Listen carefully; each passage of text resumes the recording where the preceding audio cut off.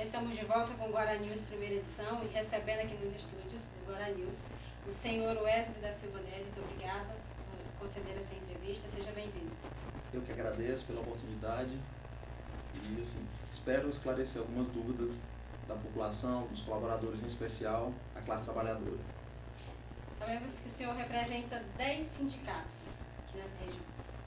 Queria que o senhor falasse um pouquinho de o que é cada sindicato. Sim, na verdade a gente representa uma quantidade grande de sindicatos.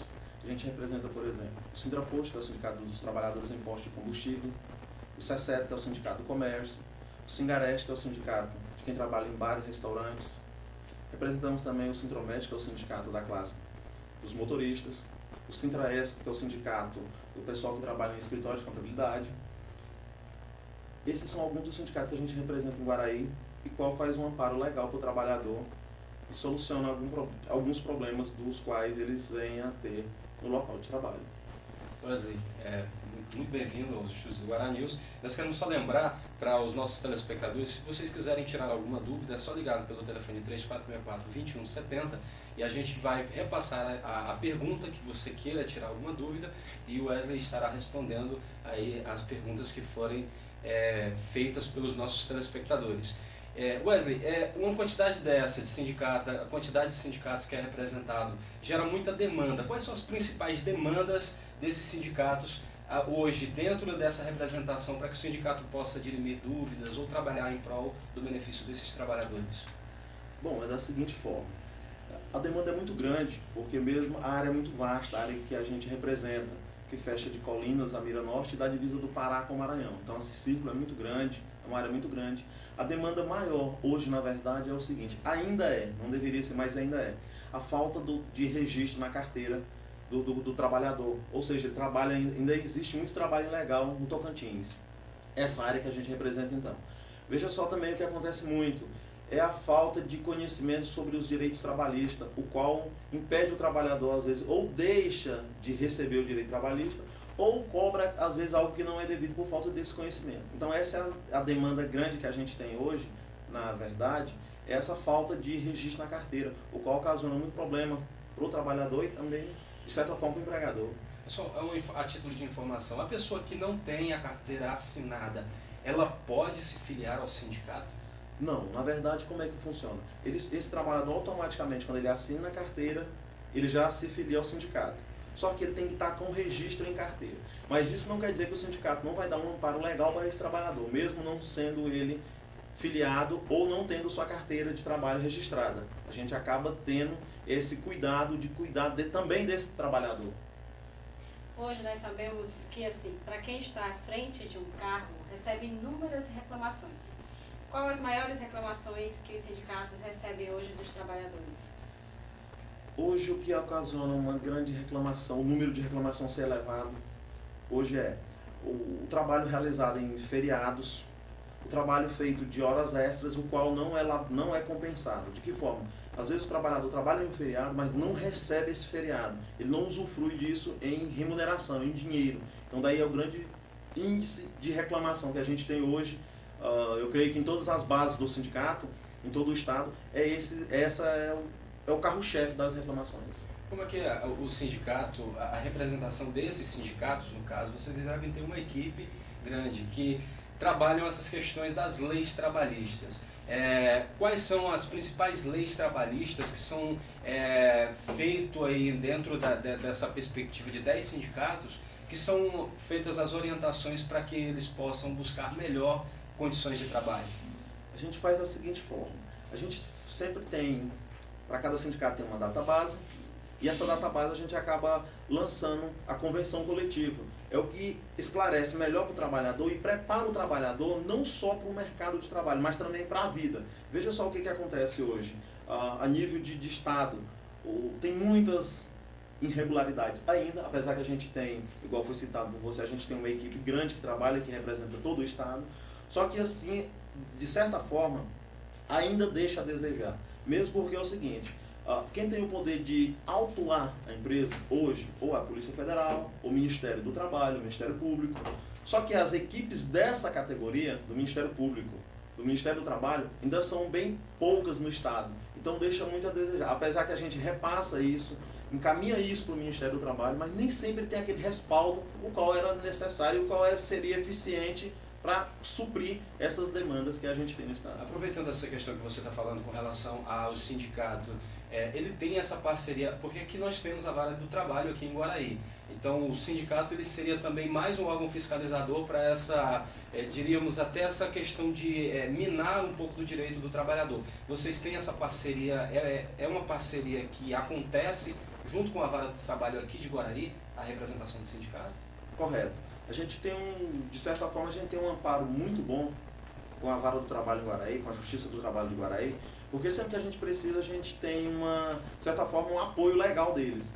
E diretamente a gente ocasiona isso, a gente já leva nossos problemas, digamos assim, diretamente para o Ministério do Trabalho ou para a Justiça do Trabalho. O que acontece? A Vara do Trabalho é mais para julgar os processos, as ações trabalhistas, ou seja, quando o problema já não tem mais, já fugiu, digamos assim, da alçada do sindicato. Mas o sindicato ele pode provocar, ele tem uma assessoria jurídica que provoca essa questão do Ministério Público? Sim, na verdade temos em todas as cidades que a gente tem base, a gente tem essa assessoria jurídica que faz esse trabalho, essa provocação, para que a coisa comece a fluir, andar nos trilhos e amparar esse trabalhador. Quando a gente fazia pesquisa, né, para fazer essa entrevista hoje, tem uma coisa que acontece muito e que muitas pessoas não sabem o que é. Eu queria que você explicasse para as pessoas de casa o que é a verba rescisória. Verba rescisória. Verba rescisória é tudo aquilo que discrimina, que vem discriminado no meu termo de rescisão ou no final do contrato de trabalho, tudo aquilo que eu trabalhei aquele período, aquilo que eu tenho direito a receber. Vamos lá um exemplo. Seria, por exemplo, meu 13º, minhas férias remuneradas acrescidas de 1/3, meu saldo de salário, que é o período trabalhado, enfim, todos esses valores que a gente ganha no decorrer do dia a dia de trabalho. Isso é verbas rescisórias. A gente fala muito, existe muito a ideia de que o empregado tem sempre razão e que o empregador sempre é o culpado. Assim, de uma certa forma, há essa visão geral da população. Mas existem punições tanto para o empregador quanto para o empregado. Quais são essas punições que podem ser atribuídas para o empregador e também para o empregado? Para que a gente não tenha uma balança tendenciosa nem para A nem para B. Eu sei que o sindicato representa os trabalhadores, mas existe também as associações que representam os empresários. Então existe um trabalho que é feito para o empregado e para o empregador. Quais são as punições para o descumprimento dessas leis para ambos os casos? Tá. Ela funciona da seguinte forma. O empregador, primeiro, vamos falar do empregador. O empregador que não cumpre com as suas obrigações, de que forma? Assinando a carteira do trabalhador, registrando, fazendo o pagamento daquilo que lhe é devido na data correta, no período correto, isso acarreta assim, várias penalidades, digamos assim. Primeiro delas, ação trabalhista. Ele vai responder via judicial, uma ação trabalhista, o qual vai ter que se impor, alguém vai impor, o juiz do trabalho vai impor para que ele pague as verbas rescisórias desse colaborador. Se caso ele não cumpra com esses pagamentos judicial de verbas rescisórias, algum bem vai a penhor, vai a leilão os bens. É o que acontece muito aqui em Guaraí, por exemplo, na Vara do Trabalho. Direto tem leilão, o qual está leiloando fazenda, trator, enfim, leilou tudo que o empregador tiver em seu nome. Já para o trabalhador, as penalidades são da seguinte forma: quando não cumpre com as suas obrigações, geralmente ele assina algumas advertências, suspensão e posteriormente ou futuramente uma demissão por justa causa, por qual sai da empresa sem nenhum direito. Assim, a gente vê, acompanha, né, e isso até mesmo na nossa profissão, em alguns casos, algumas denúncias. Hoje em dia, o que as pessoas mais têm medo é de ser demitido por justa causa. E tem o justa causa e quando não há justa causa. Qual a diferença dela e quando que pode acontecer essas duas? Porque as pessoas têm muito medo de ser demitido por uma justa causa.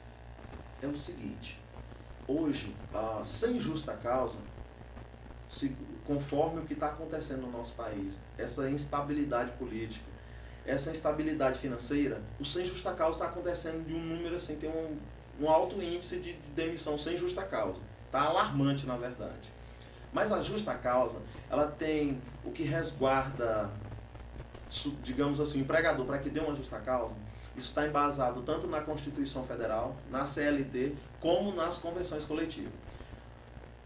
A grande diferença de uma para outra é o seguinte, que quando sai sem a justa causa, o trabalhador faz uso de todas as suas verbas rescisórias, tanto o FGTS, multa do FGTS e as parcelas do seguro-desemprego. Quando ele sai com justa causa, nenhum desses itens ele vai fazer uso dele, vai ficar retido aos cofres públicos. Porque o que acontece? Entende-se que ele deu causa a ser mandado embora da empresa. Então a empresa não vai liberar nada disso para ele e o governo retém todos esses valores. Verdade. Quando o trabalhador tem que cumprir aviso prévio, nós temos casos, por exemplo, em que o empregador ele desobriga do empregado a cumprir o aviso prévio. Outras vezes ele fala, não, você tem que cumprir. Quando João, é a gente está com um probleminha, nós vamos ao breve comercial e voltamos em instantes enquanto resolvemos esse problema. Tem o microfone, João. Oi, calor! Liguei. No microfone? Não. Oi. Pega todo o barulho. Vai doar. Aí a gente desliga.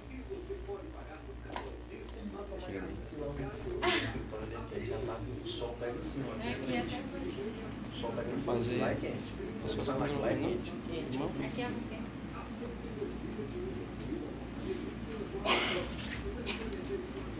Quente! Ficar aqui um pouquinho na frente desse jeito aqui. Aumentar aí um pouquinho.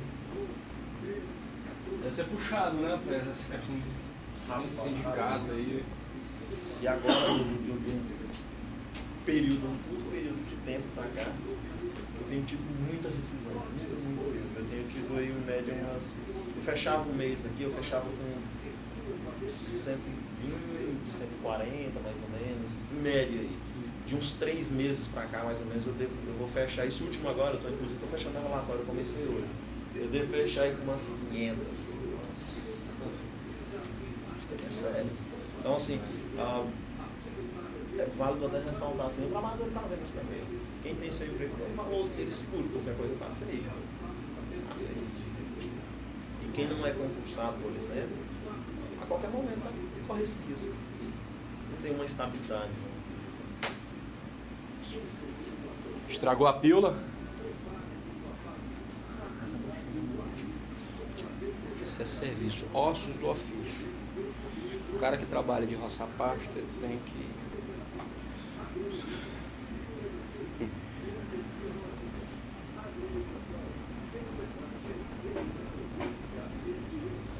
Oi.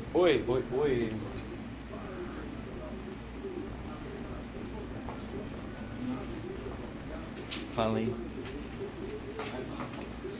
Alô? Oi.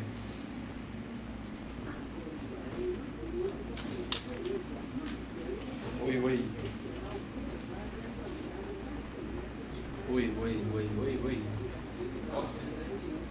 chama lá, João.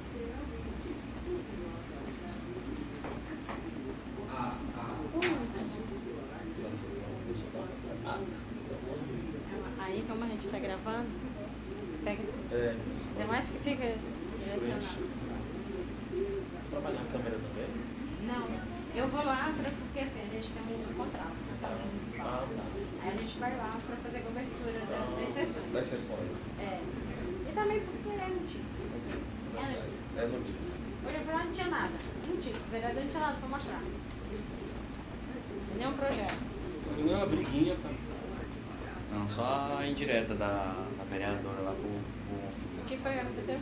Aí ela falou lá do seu Não, o microfone não prestou não. Lá dentro presta, aqui dentro não presta. Neuropoplética. Fui. Já acompanhamos as sessões lá, mas quando eu fui, o negócio lá estava agitado. Vou voltar, Jobs.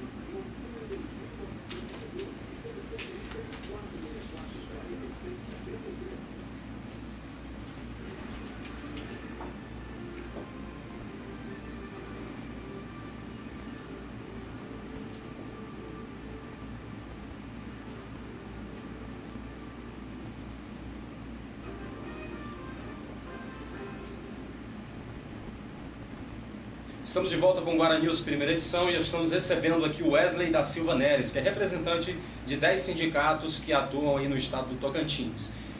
Como nós estávamos falando, Wesley, é a respeito do aviso prévio.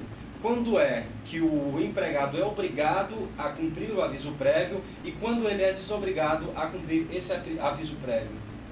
Bom, o aviso prévio ele funciona da seguinte forma. Há duas modalidades de ser dado o aviso. O aviso ele pode ser dado para ser trabalhado ou indenizado. Isso vai depender do empregador. Tem empregador que prefere dar um aviso indenizado, ou seja, avisa hoje o colaborador e o mesmo então já vai embora, vai para casa, aguarda-se 10 dias e volta na empresa ou no escritório, algum lugar, para receber as suas verbas rescisórias. Já um aviso trabalhado, o trabalhador, caso ele pede conta, ele é obrigado a cumprir o aviso na íntegra, sem nenhuma redução.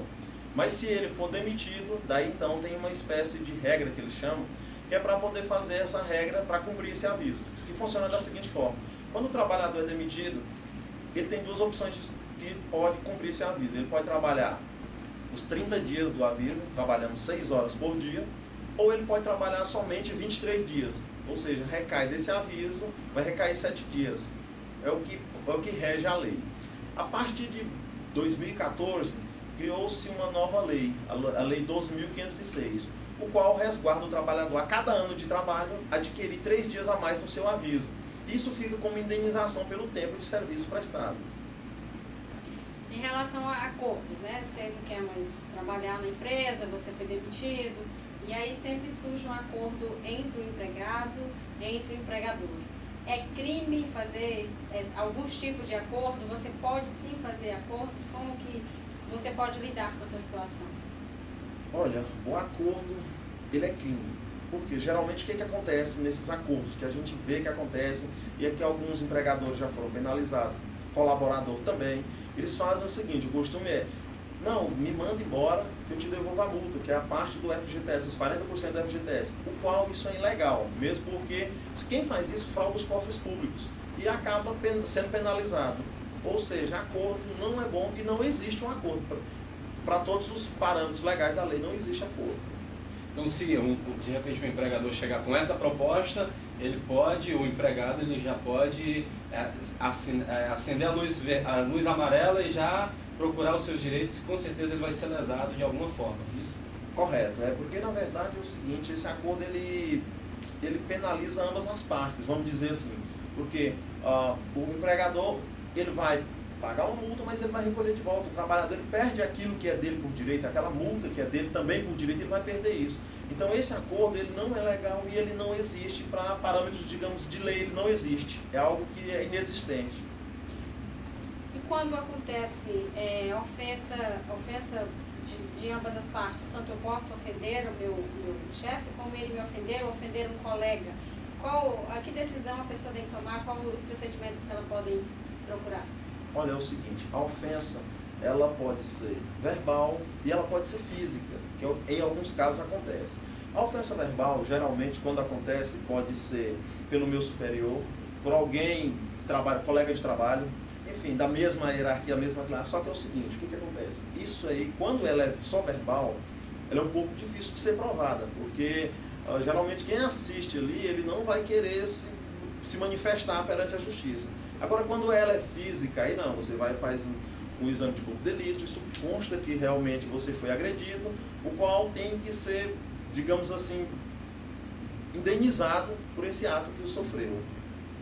Pois ele fala um pouco para a gente, para os nossos telespectadores, como está a questão do mercado de trabalho. Nós estávamos conversando agora há pouco, você estava falando com relação à quantidade excessiva de pessoas que estão, de uma certa forma, perdendo seus empregos.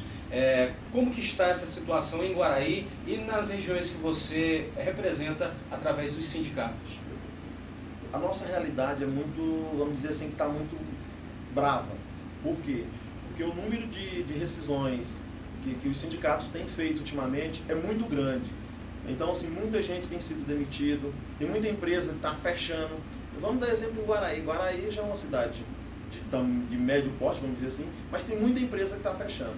Então, com isso, o número de rescisões para ser homologada junto aos sindicatos aumentou muito. Essa instabilidade política e a instabilidade financeira vem ocasionando muitos problemas e a demissão está sendo quase que em massa para a classe trabalhadora. E isso é muito ruim porque abala, de certa forma, a economia do país. A gente está chegando ao final. Eu queria agradecer a você por conceder a entrevista e que você faça suas considerações finais. Bom, gente, em primeiro lugar, a gente também quer agradecer a oportunidade que foi dada a nós e dizer que estamos aqui para atender a classe trabalhadora, solucionar problema. A gente faz cálculo trabalhista, estamos ali na Presidente Vargas, número 2485, e estamos à disposição do trabalhador, também do empregador, para solucionar os problemas, esclarecer dúvidas que o trabalhador tenha e dizer que o sindicato está atuando nessa área e que está defendendo realmente o direito do trabalhador.